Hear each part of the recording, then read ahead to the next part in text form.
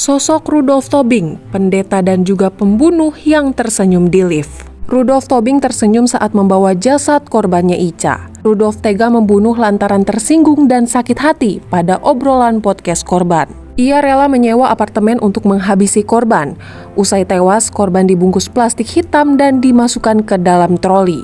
Jasad korban yang tak lain adalah sahabat dan teman lamanya itu ditemukan di bawah tol Becakayu, Bekasi. Agar tidak dicurigai saat membawa korban, di dalam lift dia melempar senyuman pada pengguna lift lain. Senyum inilah yang banyak dibicarakan dan digambarkan sebagai senyum psikopat.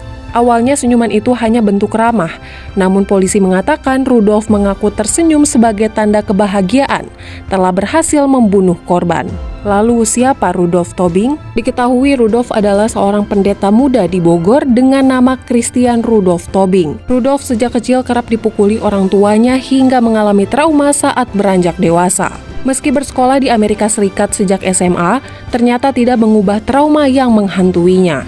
Selain menjadi pendeta, Rudolf juga sempat menjadi jemaat dan pemuda di gereja pendeta Gilbert Lumoindong di Kelapa Gading antara tahun 2009 sampai 2012. Namun pendeta Gilbert mengaku sejak 2012 lalu tak lagi melihat Rudolf di gereja di Kelapa Gading ini. Rudolf tega membunuh korban yang tak lain adalah teman satu gerejanya. Motifnya karena tersinggung dengan perkataan korban saat mengisi podcast bersama teman-temannya. Rudolf sempat ingin menyewa pembunuh bayaran namun batal karena tarifnya yang terlalu mahal. Karena itu Rudolf Tobing mempelajari sendiri cara membunuh dengan hening di internet.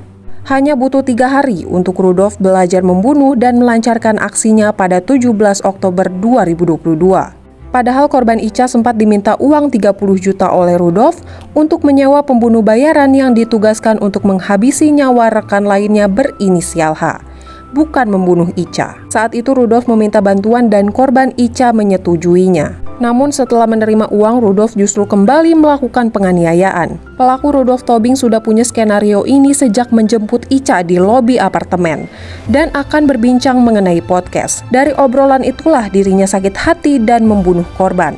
Pihak kepolisian berhasil menangkap Rudolf Tobing pada hari Selasa 18 Oktober 2022 atau 1 hari usai aksinya. Polisi mengatakan Ica bukanlah sasaran utama.